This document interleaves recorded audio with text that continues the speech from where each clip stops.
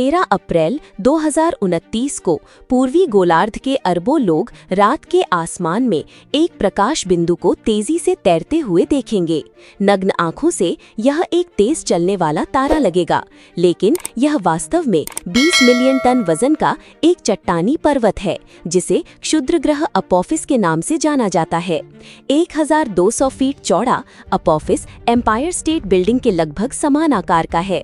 यदि आप इस क्षुद्र ग्रह को खड़ा कर दे तो यह न्यूयॉर्क सिटी के स्काईलाइन से ऊंचा होगा।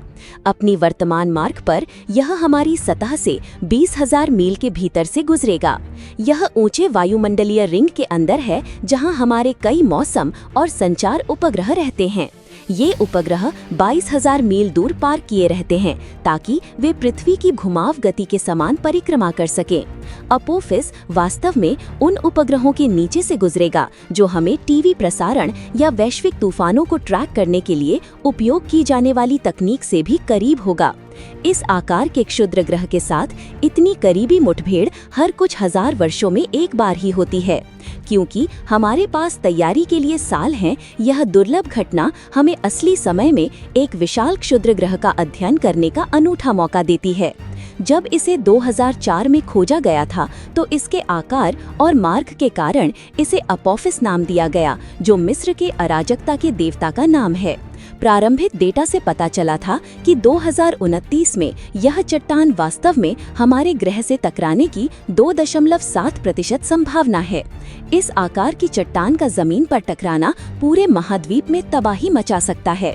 तुलना के लिए 2013 में रूस के ऊपर विस्फोटित हुआ उल्का, जो इस वाष्प ट्रेल में दिखाई देता है, केवल लगभग 60 फीट चौड़ा था।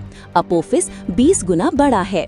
हालांकि दशकों की ट्रैकिंग ने हमें इसकी कक्षा को अत्यंत सटीकता से मैप करने की अनुमति दी है। अब हमें पूरी तरह यकीन है कि अपोफिस 2029 में पृथ्वी को सुरक्षित रूप से चकमा देगा और कम से कम अगले 100 वर्षों के लिए कोई खतरा नहीं है। क्योंकि हम जानते हैं कि यह कब और कहां से गुजरेगा, ये उड़ान एक ब्रह्मांडीय अग्नि अभ्यास के रूप में काम करती है। जैसे स्कूल की अग्नि अभ्यास छात्रों को बिना किसी असली धुएं या आग के निकासी का अभ्यास करने देती है, अंतरिक्ष एजेंसियां इस हानिरहित उड़ान का उपयोग हमारे वैश्विक प्रतिक्रिया प्रणालियों का परीक्षण करने के लिए सुरक्षित, नियंत्रित वातावरण में कर रही हैं। इस अभ्यास को चलाने के लिए हमें पहले आग को देखना होगा। खगोलविद विशाल ग्राउंड आधारित रडार नेटवर्क का उपयोग करते हैं, जो ब्रह्मांडीय गति गन की तरह काम करते हैं। क्षुद्र ग्रह से संकेतों को उछालते हैं ताकि इसकी दूरी और वेग को इंच तक मापा जा सके। भारत का प्रारंभिक चेतावनी नेटवर्क, जिसे नेत्र कहा जाता है, इस रक्षा का एक महत्वपूर्ण हिस्सा है। इसे आकाश पर एक डिजिटल जाल के रूप में सोचें, जो लगातार हजारों वस्तुओं के मार्गों को पकड़ता और मापता है, ताकि संभावित खतरे की पहचान की जा सके। इन केंद्रों के अंदर टीमें उस रडार डेटा का उपयोग वर्षों तक क्षुद्र ग्रह के मार्ग का प्रक्षेपण करने के लिए करती हैं। ये मानव नेतृत्व वाली निगरानी हमें किसी भी संभावित परिवर्तन के लिए आगे रहने की अनुमति देती है। ये वैश्विक ट्रैकिंग ग्रिड हमारी सुरक्षा की नींव है। ये अभ्यास अगले चरण के लिए सटीक निर्देशांक प्रदान करता है, जो खोजकर्ताओं को भेजता है। यदि कोई वास्तविक खतरा पाया जाता तो हम इसे रोकने के लिए जहाज लॉन्च करेंगे।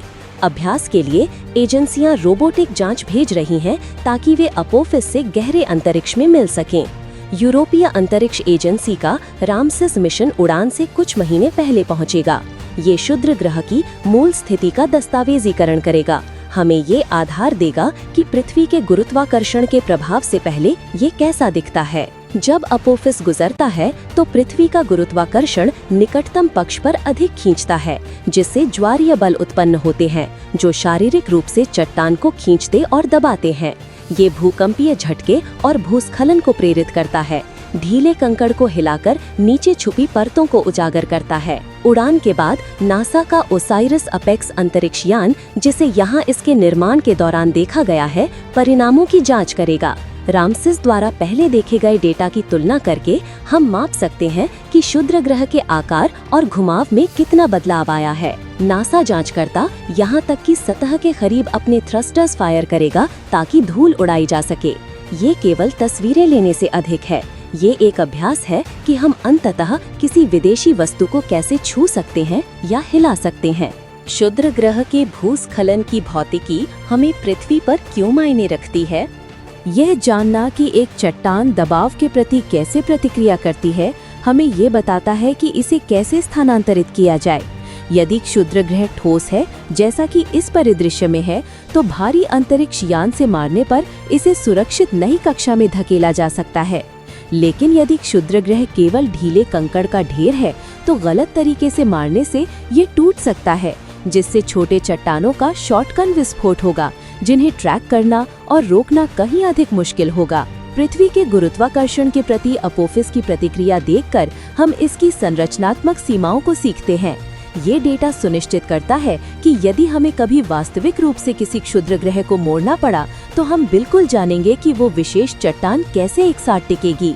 अपने नाम के अराजकता लाने के बजाय अपोफिस ने दुनिया की अंतरिक्ष एजेंसियों को एक साथ काम करने के लिए प्रेरित किया है, एक ऐसा समन्वय स्तर जो हम शायद ही कभी देखते हैं। हम देखते हैं कि भारत इसकी निगरानी कर रहा है, यूरोप बदलावों को दस्तावेजित कर रहा है और अमेरिका अंतिम परिणामों की जांच कर रहा है। जब आप 13 अप्रैल 2019 को ऊपर देखेंगे और उस तेज चलते वाले तारे को देखेंगे, तो आपको डरने की जरूरत नहीं होगी। आप एक सफल ब्रह्मांडीय अग्नि अभ्यास देख रहे होंगे। ये सबूत कि हम अंततः अपने ग्रह की रक्षा करना सीख रहे हैं।